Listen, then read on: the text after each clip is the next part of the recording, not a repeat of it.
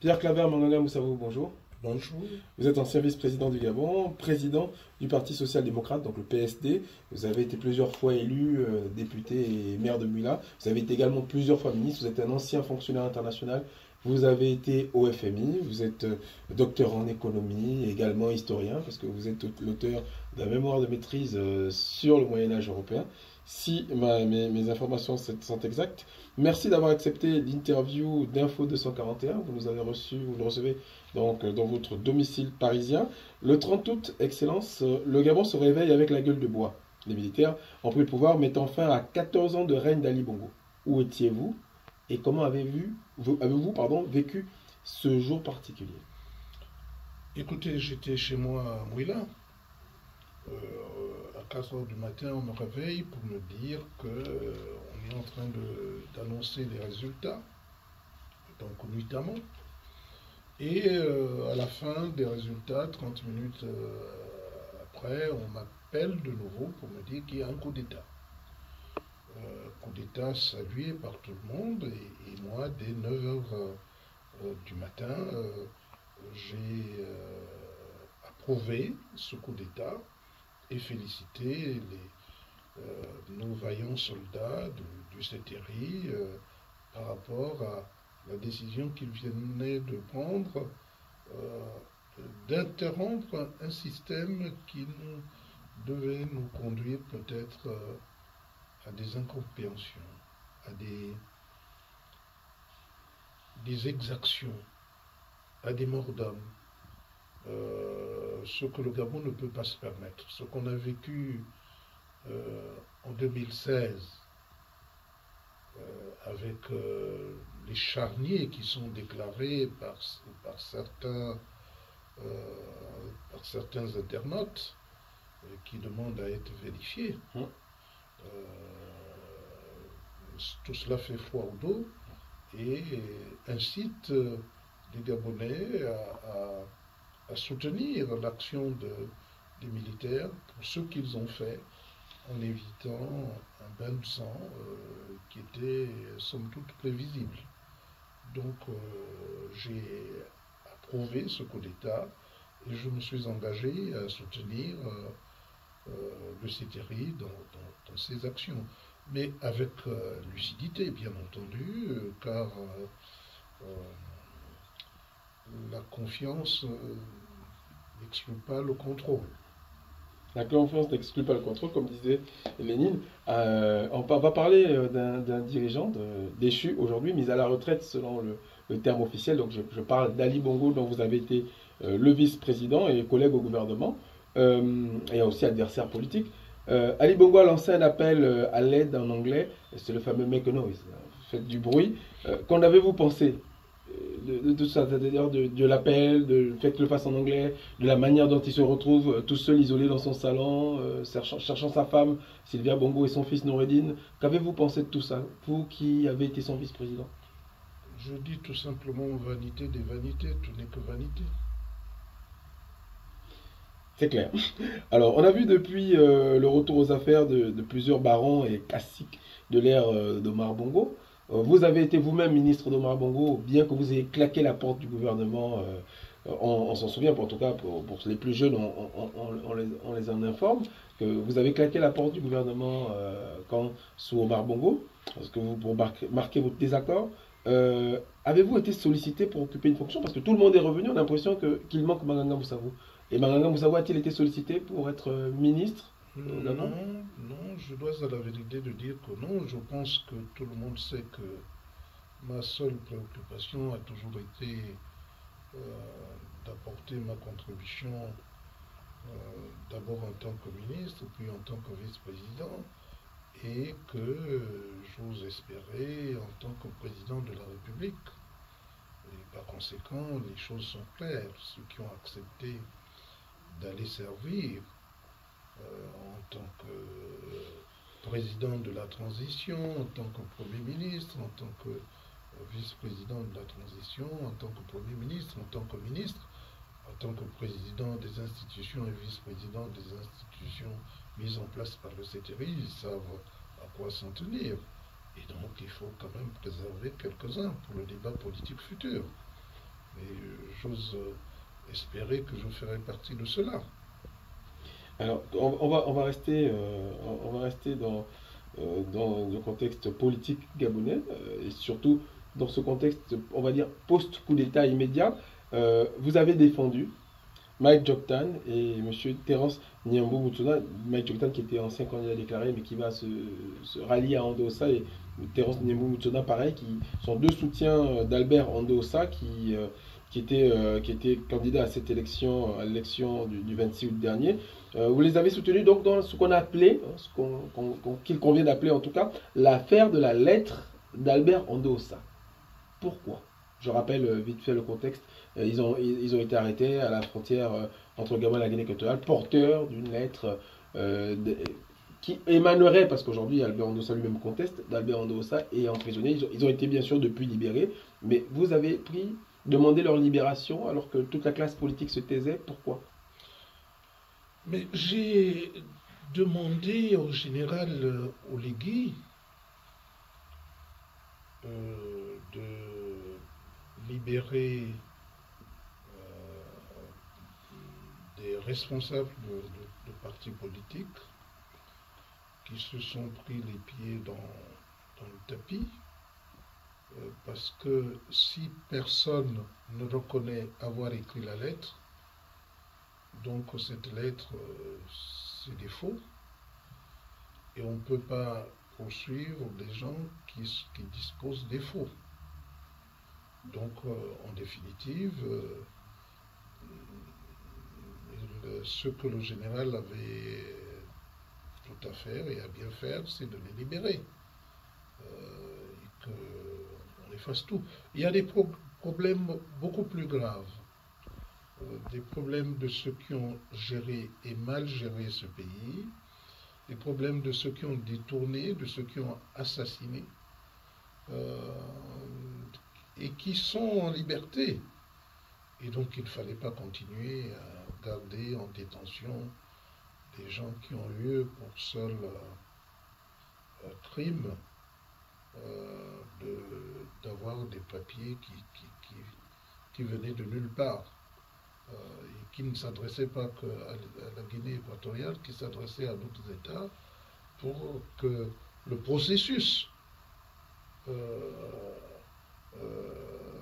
engagé par les militaires aboutisse à remettre le pouvoir à celui qui, semble-t-il, a eu gain de cause par rapport à l'élection. Il y a dissension, parce que les militaires disant sur quelle base nous allons remettre le pouvoir à quelqu'un qui a eu 30%, et qu'il faut plutôt tout remettre à plat pour repartir de bon pied aux urnes. Et tout le monde est d'accord là-dessus. Donc, en définitive, il fallait demander au général que voilà de personnalités qui se sont fourvoyées en définitive. Puisqu'Andosa dit que ce n'est pas lui qui a envoyé le courrier, et pourtant ce courrier lui était favorable. Donc on a affaire à une situation rocambolesque, et que, bon, j'ai dit à cette occasion, si vous vous baignez à la rivière et quand vous venez à prendre vos habits, il ne faut pas le poursuivre. Et donc, continuer à détenir nos amis Niambou Mutuna et Mike Joktan en prison à OIM, ça n'a pas de sens. Autant les libérer et tirer un trait là-dessus, parce que jusqu'à présent, on ne condamne pas les gens sur des intentions. Et par conséquent, ce que le président Oligui a fait est somme toute appréciable. Je le remercie pour cela, au nom de toute la classe politique. Et j'ose espérer qu'il gardera toujours cette vision claire, cette sagesse, pour ne pas se laisser dominer par des émotions. Alors, on va rester justement dans une polémique, mais une autre, dont vous êtes vous-même l'objet, sinon la cible. Vous faites actuellement l'objet d'une campagne de dénigrement, notamment de la part d'un compatriote nommé Wilfried Okumba, qui vous accuse, entre autres, d'être responsable, hein, ni plus ni moins, de la mort de l'ancien Premier ministre Emmanuel Isozen Gondé, qui est officiellement décédé du Covid, mais selon M. Okumba, ce serait vous qui l'aurez assassiné. Ce serait moi le Covid. Ça se pourrait, ce serait vous qui l'aurez assassiné. Pourquoi, selon vous, s'en prend-il à vous? D'autant plus qu'il a reçu des soutiens déclarés.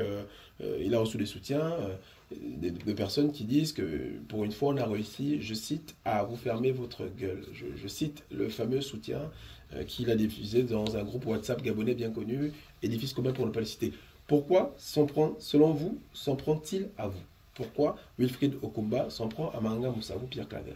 Je vais vous décevoir, mais j'estime ne pas pouvoir répondre à une telle question. Vous savez, je pensais qu'il était quelqu'un de lucide,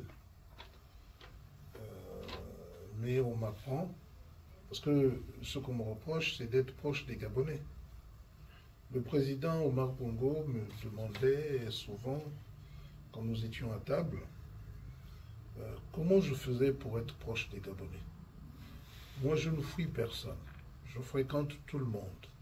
Je discute avec tout le monde. Je peux discuter avec quelqu'un sans savoir que cette personne n'a pas tous ses sens, n'a pas toutes ses capacités intellectuelles et morale. Et donc, on ne peut pas m'en vouloir pour ça. Mais de là à poursuivre des discussions sur ce sujet, après que j'ai été informé de ce qu'il est schizophrène, de ce que même son départ du Gabon pour la France était lié une sombre affaire. Une sombre affaire. Donc, maintenant que je suis informé, je n'ai pas à en parler désormais. Je préfère, après avoir conseillé au président Oligui de rester à se laver sans poursuivre des fous, moi-même je dois m'appliquer ce précepte de ne pas poursuivre un fou, maintenant que je sais qu'il est dans quel état il se trouve. Donc ceux qui pensent qu'on peut me faire taire, ça veut dire que ça découle d'un complot. Et ce qui donne raison à Moubamba, qui dit que... Bruno Moubamba, ancien vice-premier ministre. Ancien vice-premier ministre, qui veut dire qu'on veut faire taire les poumons. Et moi, on ne me fait pas taire. Pour rien au monde. Donc je ne répondrai pas à ça. Vous savez, j'ai vraiment... C'est une douleur indicible que je porte de savoir que des gens, pour barrer la route à d'autres éléments, d'autres provinces, on puisse aller exhumer la mémoire d'un jeune frère, parce que Isozen Gondé était collègue à mon petit frère Binyumba Ibrahim, ancien magistrat, et que j'aimais beaucoup, et qui me respectait beaucoup. Nous nous apprécions depuis que je l'ai rencontré à Addis Abeba, quand il était ambassadeur, et au sein du gouvernement, par ses prises de position, par sa clairvoyance, qui est décédé, je pense, en 2020, et qui a été lâchement démis de ses fonctions de Premier ministre après qu'il ait gagné les élections législatives, alors que j'assumais, moi, l'intérim du président, sans que je ne sache qui a pris la décision de le faire partir de la fonction de Premier ministre. Et moi-même, j'ai été victime un peu plus tard, en mai 2019. Je crois qu'il est décédé en 2020. On ne se voyait même plus. Chacun méditait ce qui s'était passé et je ne vois pas comment j'aurais pu être mêlé à une histoire qui n'en est pas une, d'autant plus que scientifiquement, moi-même j'ai eu la Covid. J'ai eu un peu plus de chance que lui, donc j'aurais pu y laisser aussi ma vie. Et donc je trouve regrettable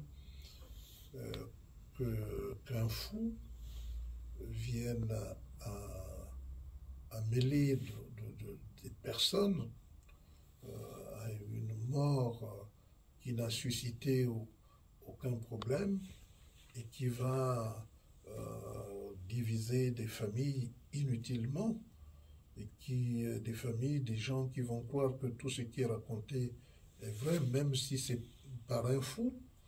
Donc, voyez-moi, c'est une affaire regrettable. Je présente encore aux familles éprouver toutes mes condoléances, et qu'il y a des gens qui ne reculent devant rien pour opposer des Gabonaises et des Gabonais. Je ne suis pas de cela. Je le regrette amèrement, surtout de vouloir diviser des enfants de Logwe et Vindo, de vouloir mêler, même si je n'ai aucune amitié profonde avec l'ancien Premier ministre Billy Binze. Alain-Claude Billy Binze, oui. Mais il fut mon collaborateur lorsque j'étais ministre d'État en charge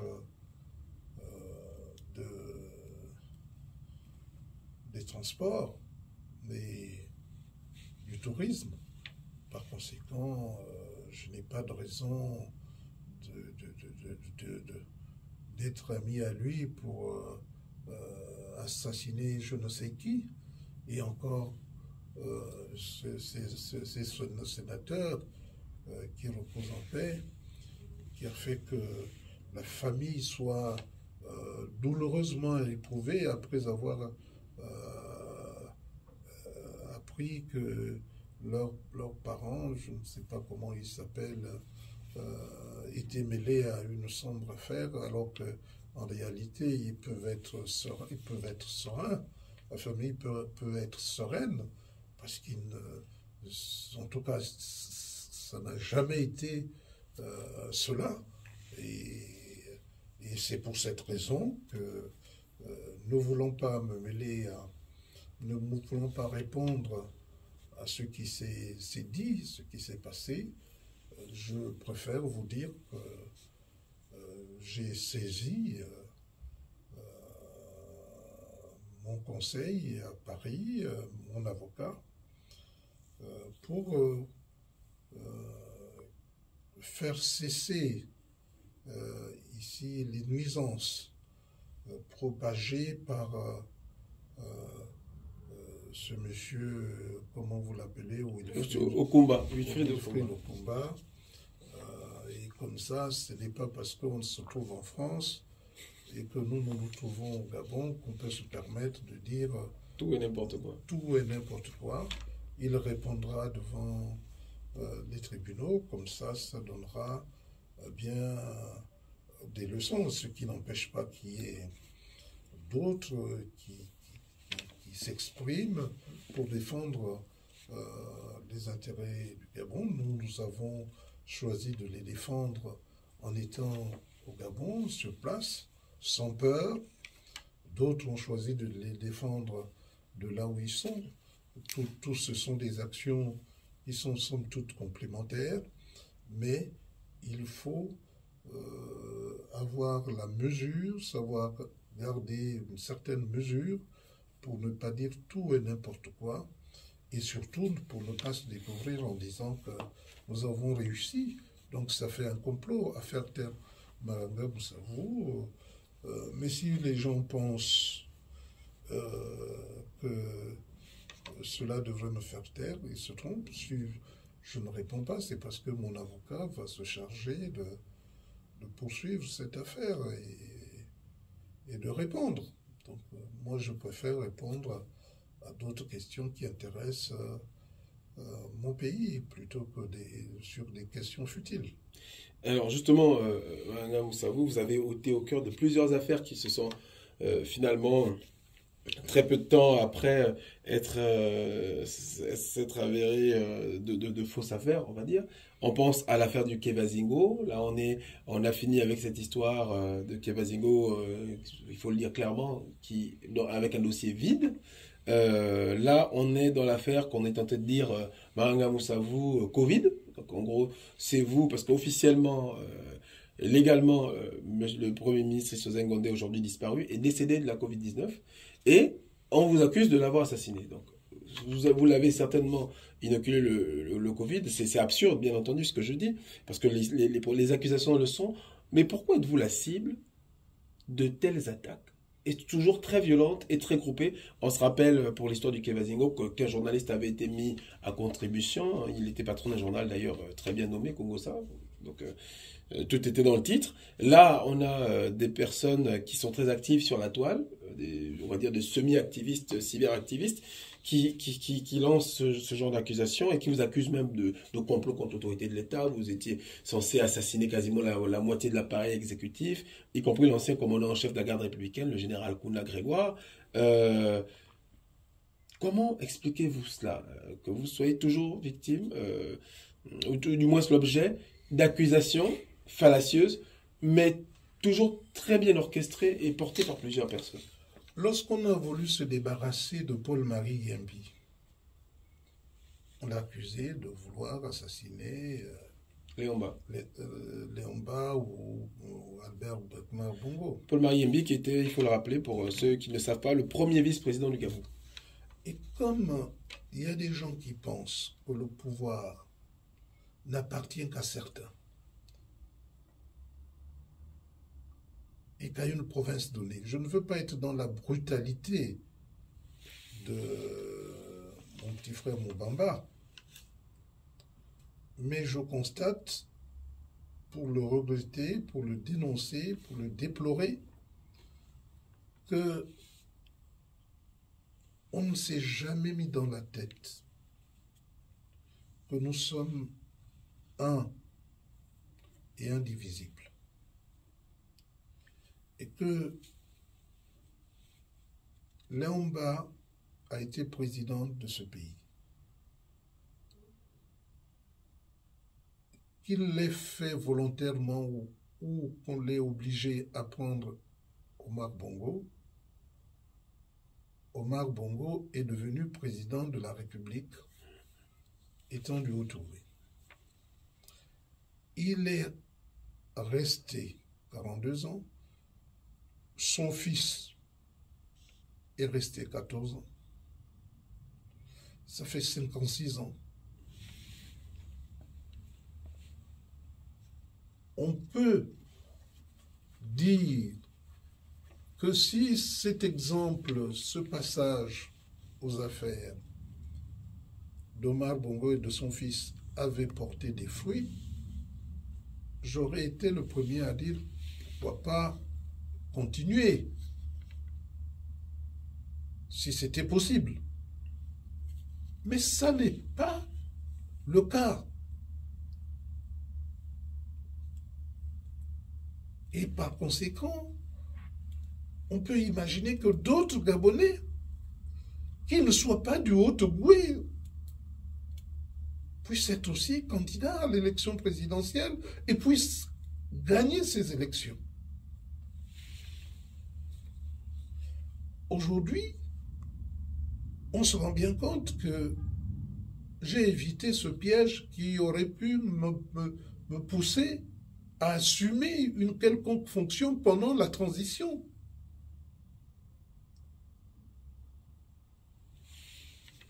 Et c'est pour cette raison, je crois que on essaie de tout faire pour me salir, mais plus on cherche à me salir, plus on me pousse à résister.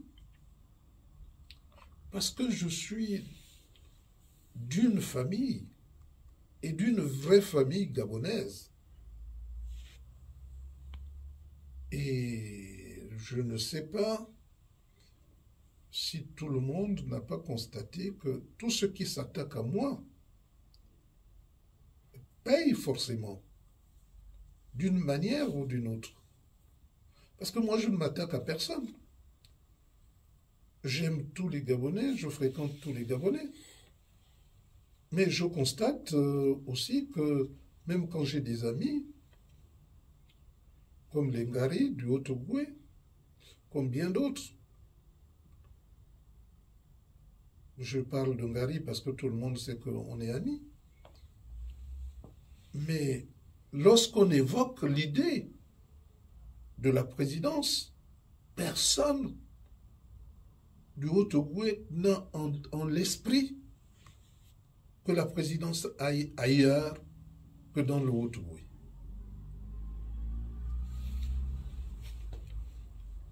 Je ne sais pas pour quelle raison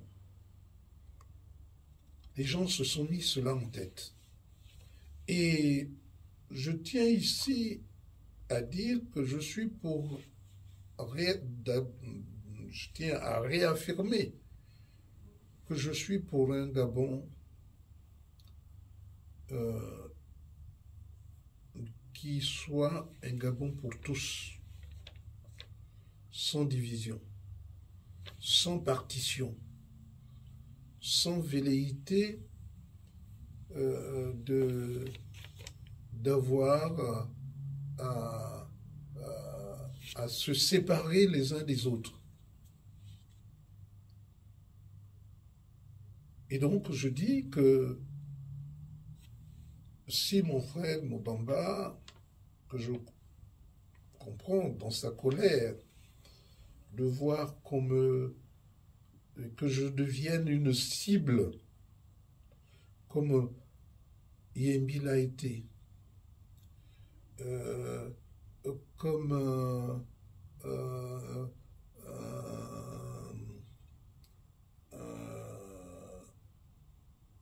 beaucoup d'autres l'ont été, les Kassamapsi, les Mihindu Minzamba, dans la Nyanga, les Paul-Marie Yembi l'ont été, et même Paul Malekou, comme ils ont été souvent des cibles et des victimes du système. Parce que dans ces deux provinces, on trouve des velléitaires et qui ont de la capacité reconnue de gérer un pays. Ces deux provinces, la Nyanga et l'Angounié. L'Angounié, comme on peut en trouver dans d'autres provinces, mais qu'on cible ces éléments-là. Je peux comprendre que mon petit frère Mobamba il dit que, écoutez, on n'est pas obligé d'être ensemble. On n'est pas obligé d'être ensemble. Et il n'y a pas une province, comme disait le président Omar Bongo, supérieure à une autre, où les chefs d'État doivent provenir par rapport à d'autres. On doit mettre en place des politiques qui concernent l'ensemble du pays Et c'est pourquoi, lorsque je parle de la provincialisation, de la déconcentration et de la décentralisation, et de mettre en place des pôles de développement, je songe à donner, quelles que soient les richesses connues d'une province donnée ou d'un pôle donné, toutes ces richesses doivent servir à tous les Gabonais pour l'intérêt du développement du Gabon et que on n'a pas intérêt à pousser le bouchon trop loin parce que, qu'on le veuille ou non, ce que dit Moubamba peut être partagé par beaucoup d'autres et parce que on est dans la fatigue de voir que certains sont pris comme des sous-hommes ou des gens qui n'ont pas le droit d'assumer certaines fonctions et qu'il faille taper sur quelqu'un qui est innocent. Je ne vois pas comment on pourrait m'accuser d'assassiner quelqu'un que je n'ai pas vu, moi qui a été victime de la Covid, d'un système qu'il a malencontreusement fait partir de la tête de l'État, et que moi, qui ai aussi été sous emprise de la Covid, comment j'aurais pu faire sans qu'on ne se fréquente point, faire pour l'assassiner, mais c'est des aberrations, c'est grossier. Vous savez, un fou, quand il dit des choses, il y a d'autres qui ne réfléchissent pas, qui ne savent même pas quand est-ce Issozen Gondé est décédé, alors que si c'était quelqu'un qui est mort pendant qu'il était Premier ministre et moi vice-président, on aurait pu accréditer une telle thèse. Mais des gens qui ne se voient pas, chacun est chez lui, tous deux victimes de la Covid, non, d'un système qui nous a fait partir de nos fonctions. Pour quelle raison j'en voudrais à quelqu'un qui était très aimable et qui manquera beaucoup à notre pays. Je dis de pouvoir seulement oser parler d'Issozen Gondé devrait emmener la famille à demander à ce jeune homme-là les preuves de ce qu'il avance. Et c'est pour cette raison que, puisqu'il sévit depuis la France, j'ai demandé à mon avocat de pouvoir se saisir de ce dossier. C'est ce qui est en train de se faire. Comme ça, il verra que quand Maranga se tait, c'est qu'il réfléchit à autre chose. Alors, vous êtes dans la politique, monsieur Pierre Claver Maranga Moussavou, depuis plus de 30 ans au Gabon. Vous avez pris part à tous les rendez-vous majeurs de l'histoire politique du Gabon. Vous étiez à la conférence nationale de 1990. Vous avez pris part aux élections présidentielles de 93, aux élections bien sûr d'avant. Vous avez pris part aux accords de Paris, aux accords d'Arambo. Vous êtes une mémoire vivante de l'histoire politique de plus de 33 ou 35 dernières années, sinon peut-être 40 dernières années, parce que même votre thèse de doctorat a été en soi un engagement. Vous avez aujourd'hui toute une carrière politique très riche. Vous avez été maire, député, plusieurs fois ministre, vice-président de la République. Pourquoi continuez-vous encore, monsieur Pierre Claver Maranga Moussavou, à faire de la politique? Après avoir eu tout ça, après une carrière aussi riche. Oui, je suis surpris par votre question parce que la politique n'est pas une sorte de course d'étape. Vous vous engagez dans la politique, tant que vous avez encore la capacité de donner, vous continuez. Ce n'est pas Je suis arrivé en politique un peu malencontreusement. Je veux dire que mon oncle étant candidat et qui a aussi subi euh, beaucoup de railleries, j'ai eu besoin d'aller le soutenir. Et c'est comme ça que je suis tombé dans la politique en étant maire. Et il faut me demander, très, très jeune maire de la commune de Mouila. Et à l'issue d'une élection multipartite, Exact. avant la lettre, Exact. parce qu'on est en 1987. Oui. Il y a eu 3 candidats, 3 listes, ce qui n'était pas compréhensible à l'époque du monopartisme. Oui, c'est le régime du parti unique. Donc, c'est comme ça que je suis arrivé en politique très jeune. Mais avant que d'aller en politique, j'étais d'abord contrôleur général d'État. Très jeune contrôleur général d'État. Je vois qu'on a ramené le contrôle général d'État parce que c'est nécessaire pour un pays. Et donc, j'ai dû interrompre ma carrière administrative, étant au sommet de cette carrière, pour être maire de la commune de Mouila. À 28 ans. Et donc, les gens qui croient que je suis très, très, très vieux ne savent pas que j'ai commencé très jeune et que quand j'étais très jeune, j'étais encore beaucoup plus fulgurant que cela, mais j'ai jamais, bien sûr que j'étais confronté à ceux qui étaient beaucoup plus âgés que moi, mais j'ai jamais manqué de respect à qui que ce soit qui était plus âgé.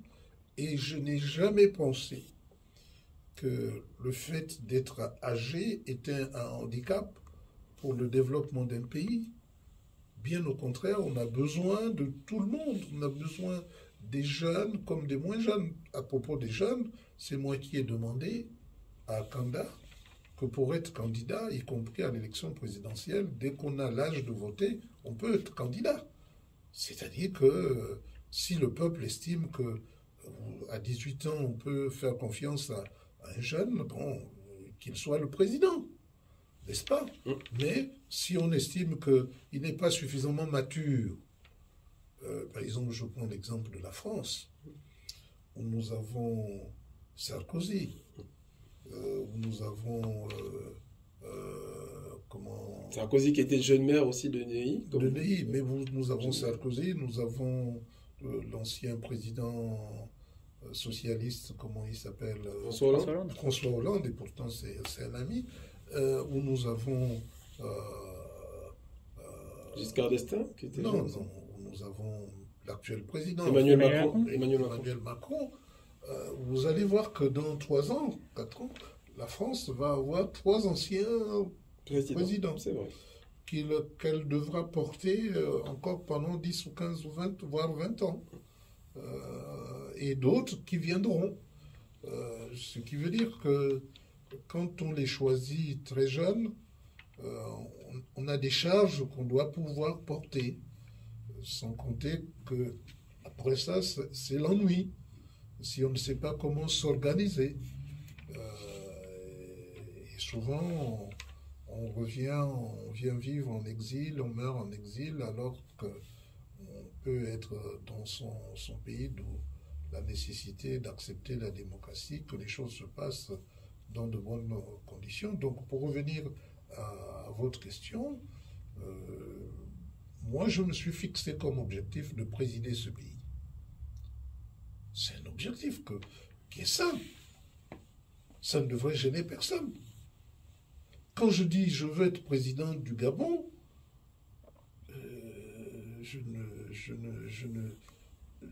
je n'insulte personne. Je n'en veux à personne. J'ai des idées. Et j'estime que ce pays, qui est immensément riche, devrait être un pays phare pour le monde. Mais c'est un pays qui végète. On prend des locomotives, on les met derrière. Et on prend des wagons, on les met toujours devant. Et on veut que le pays avance. Et on pense que la gestion d'un pays est quelque chose d'aisé, de facile. On crée des intérêts, on dit, on donne des possibilités à certains et pas à d'autres, même dans les formations, même dans les administrations. Alors que le Gabon est indivisible. Et je tiens à ce que le Gabon soit indivisible.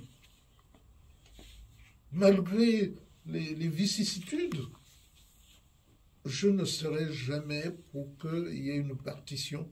Je sais que ma province, comme celle, parce que j'ai deux provinces, sur le plan d'abord ethnique, sur le plan des relations, la Nyanga et l'Angouni, ce sont mes deux provinces. Ce sont les provinces aujourd'hui au Gabon les plus riches et qui peuvent vivre, qui potentiellement peuvent vivre sans les autres. Mais je ne m'autoriserai jamais à l'idée de séparer ces deux provinces des autres provinces. Mais il faut que tout le monde comprenne que chacun de nous est libre d'exprimer ses opinions et qu'en toute fraternité. C'est pourquoi je soutiens le CETERI dans sa volonté d'assainir la situation. On ne doit pas douter de mon soutien.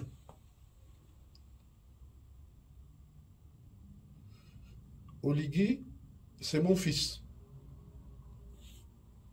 Il est même moins âgé que Biendi. C'est mon fils. Et je l'encourage à aller jusqu'au bout des actions qu'il pose. On ne peut pas mettre tous les œufs dans un même panier. On ne peut pas être tous à occuper des responsabilités dans la transition. Il faut qu'il y ait d'autres qui soient là pour des débats futurs. Je l'aime tellement, je l'apprécie tellement et je le soutiens que je peux lui dire des vérités que d'autres ont peur de lui dire. Je peux lui dire qu'il a posé un acte qui lui sera favorable, pas maintenant, mais par la suite. Qu'il renonce à être président de la République à la suite de la transition. Quitte à revenir plus tard, quitte à se présenter. Quitte à ce qu'il revienne plus tard. Pourquoi? Parce que c'est lui qui est l'auteur du coup d'État. Tous les autres militaires n'ont fait que le suivre après que le coup d'État ait été fait. Et que c'est lui qui doit montrer l'exemple. C'est lui le chef. Qui doit dire, je l'ai fait pour obtenir un résultat, je ne vais pas utiliser ce résultat pour moi-même. Donc je ne serai pas candidat.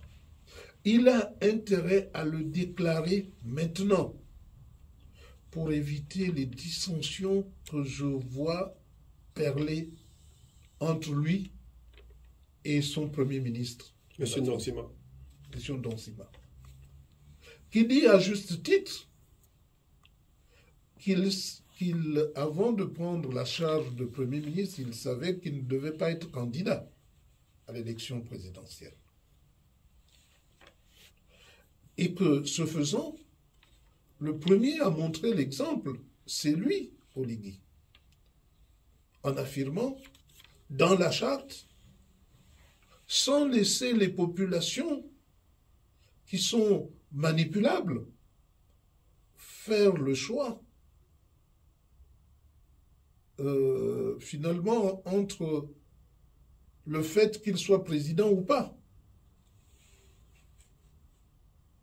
Or, lui-même devrait devait comprendre que c'est lui qui est à l'origine de ça. S'il a demandé à tous ceux qui exercent une quelconque fonction dans la transition de ne pas être candidat, à plus forte raison lui-même. Et c'est ce qui éviterait qu'au cours d'une interview, le Premier ministre, qui lui aussi devait être dans la réserve sur les systèmes de gouvernance. Si on pose la question à Donsima, qu'est-ce que vous en pensez? Il aurait pu répondre que ce n'est pas à moi de donner ma préférence, il faut laisser à ceux qui viendront à la discussion décider de l'orientation à donner, même si j'ai mon orientation, pour l'instant je garde ça pour moi-même. Mais si Donsima dit devant la presse qu'il est pour un système proportionnel, qu'il est pour le système régime parlementaire, ça veut dire qu'il est déjà excédé. Parce que lui, il a fait le sacrifice de ne pas aller aux élections présidentielles. Mais voilà que son supérieur hiérarchique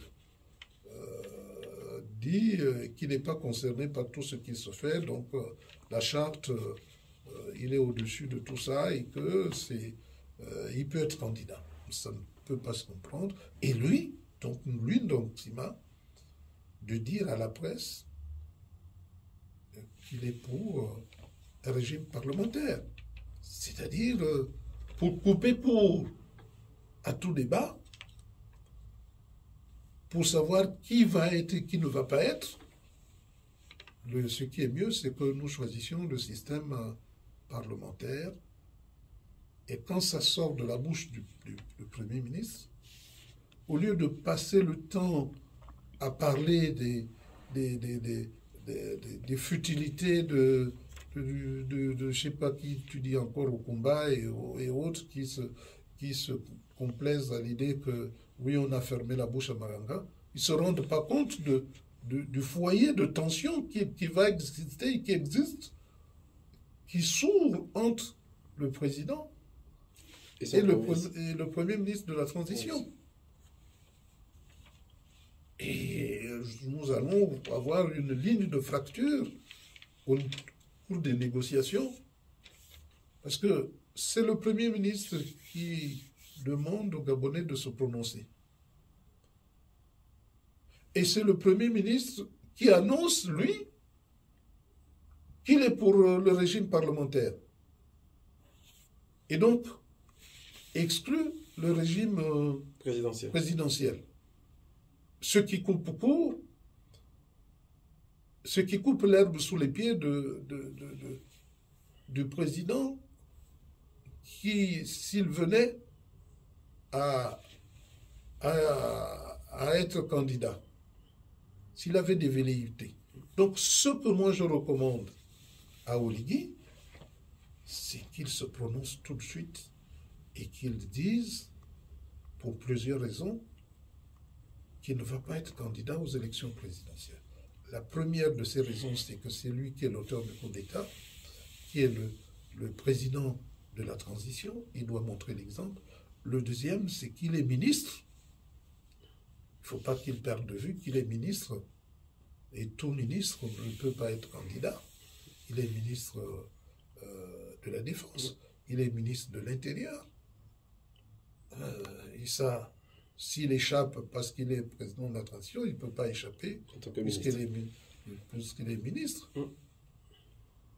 Et en plus,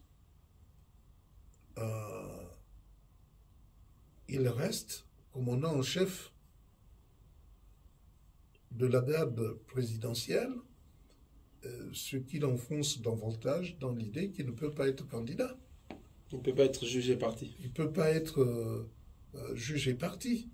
Donc, quand les gens disent Manga parle, si moi je ne parle pas, qui va parler? Dans ce pays de quoi des gens peureux, qui va parler? Personne. Ah, on peut dire des choses, on peut conseiller, parce que nous avons intérêt à ce que notre pays ne sombre pas dans la division. Et ceux qui sont lucides, ceux qui voient clair, ceux qui voient loin, doivent avertir des dangers.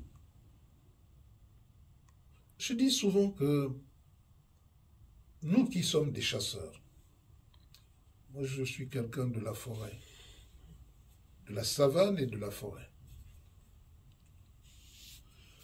Quand dans la savane il pleut, on court se réfugier en forêt. Et en forêt, on trouve tout. Et par conséquent,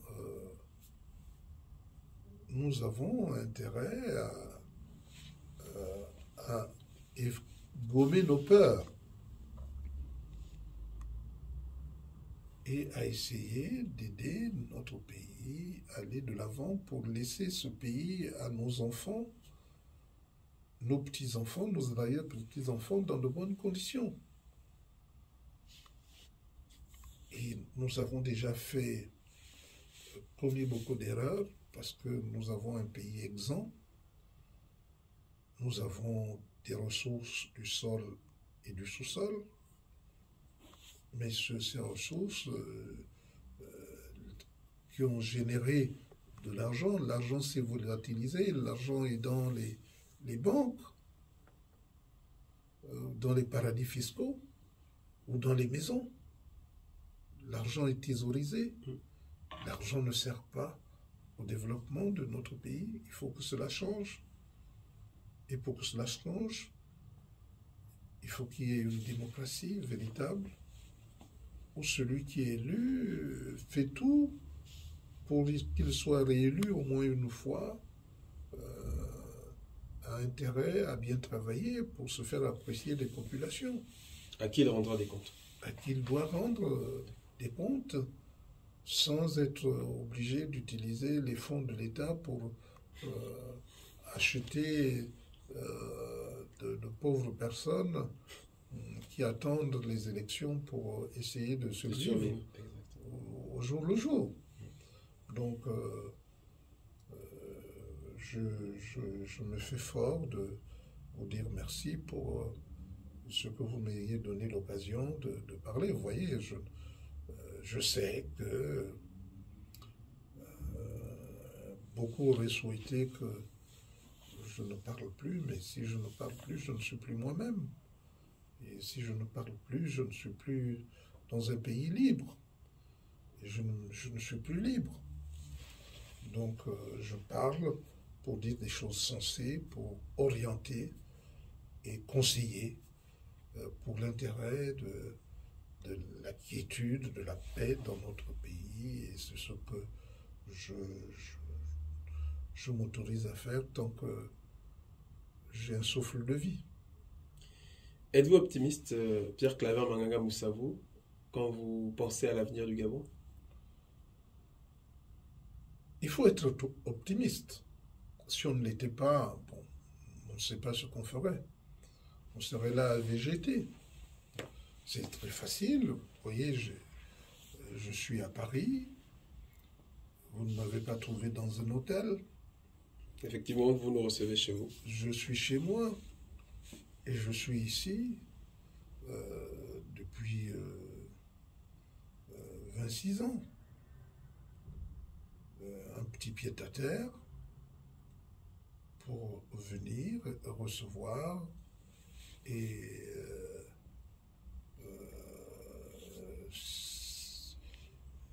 ça correspond au conseil que j'ai reçu d'un ami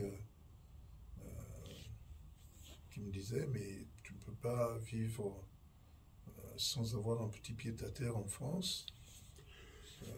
J'ai suivi son conseil, j'ai eu ce petit pied-à-terre dont je suis satisfait parce que Je viens, je rentre chez moi, je passe le temps que je peux passer et je repars sans autre forme de procès. Mais d'autres pourraient se complaire à rester ici, à vivre ici.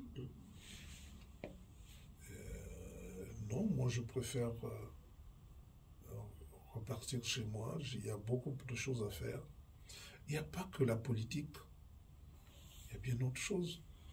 J'ai des projets, j'ai des constructions que je n'ai pas terminées, que je dois achever, j'ai mon ranch, j'ai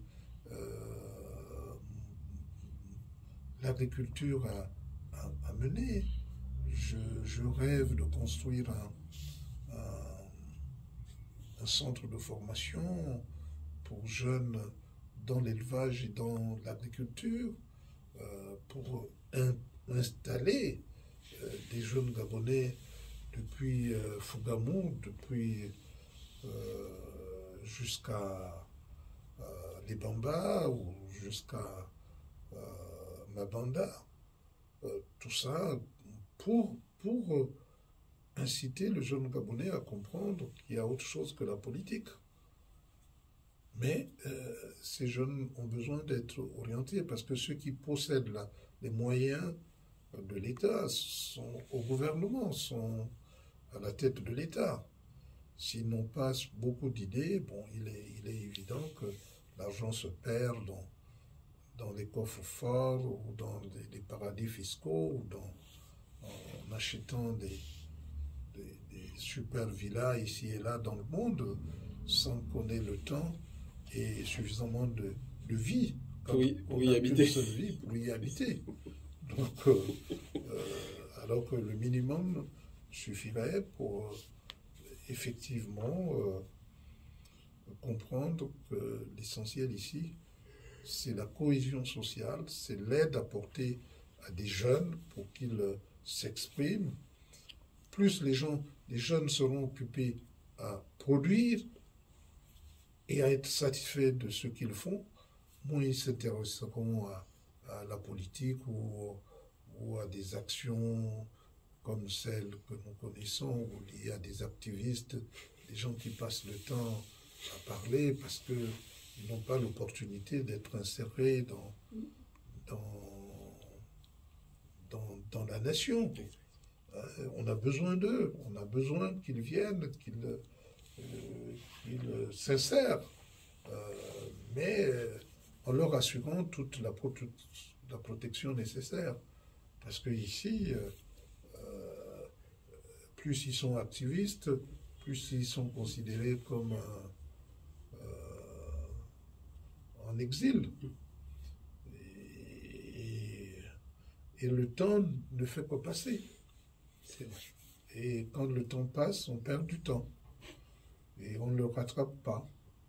Et donc, moi je plaide pour que ces jeunes rentrent, qu'ils soient libres, non pas qu'on leur donne forcément un métier, mais qu'ils s'en donnent la capacité de pouvoir s'insérer dans le tissu économique. Dans le tissu économique. Exactement. Donc voilà, je suis conscient que c'est difficile, mais je suis optimiste pour mon pays. Excellence, quel est votre mot de la fin? Je viens de donner le mot de la fin. Je suis optimiste. Je suis persuadé que les jeunes prospérités doivent féconder les prospérités plus anciennes et les entretenir. Les problèmes d'âge ou de durée dans un combat politique ne doivent pas, outre mesure, déranger qui que ce soit. Ça ne dérange que la personne elle-même qui sait qu'il aura passé tout son temps à la recherche de solutions, même si il finit par disparaître, mais l'essentiel est qu'il sache que des idées qu'il aura essemées auront à un moment ou un autre été relayées par l'autre. Et donc, je peux vous dire que je me sens encore beaucoup de force et soutenu par d'autres forces qui font que j'ai bon espoir que ce pays va se développer. Il va se développer avec tous les Gabonais, sans exclure personne, jeunes comme moins jeunes, pour l'essor du Gabon. Et à ce propos, je voudrais aussi lancer un appel au président Oligui en lui disant il a bien fait de demander à nos jeunes de chanter l'hymne national tous les lundis et tous les vendredis. Mais il aurait dû commencer par demander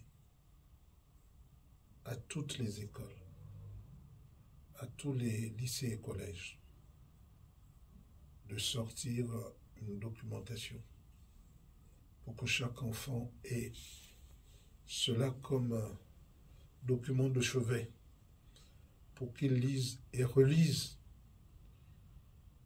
et comprenne l'hymne, les paroles de l'hymne national. Et que ce document fasse partie d'un programme qui peut intervenir dans les examens. Et qu'une fois cela fait, préalablement, on fasse chanter. Et si par la suite, des jeunes Gabonais venaient à mal se comporter, alors la sanction serait justifiée. Mais de grâce, mon général, vous n'avez jamais vécu une sanction d'exclusion d'un établissement. Mais quelle angoisse pour les enfants. Quelle angoisse pour les parents. Quelle perte pour le pays que celle de voir des jeunes gens qui vont rejoindre la délinquance.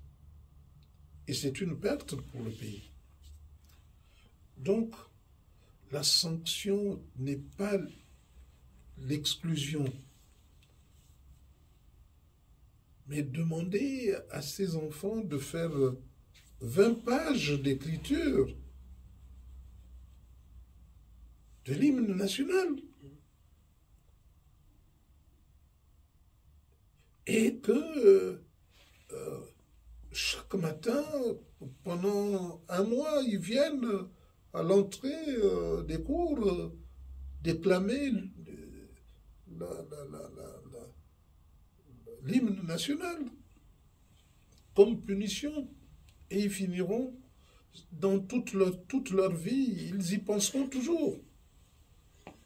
Mais de grâce, si notre pays est dans l'état où nous sommes, c'est par manque de culture. Et lorsque vous prenez des enfants, vous les excluez pour qu'il n'ait pas de formation, c'est contre le Gabon que vous agissez.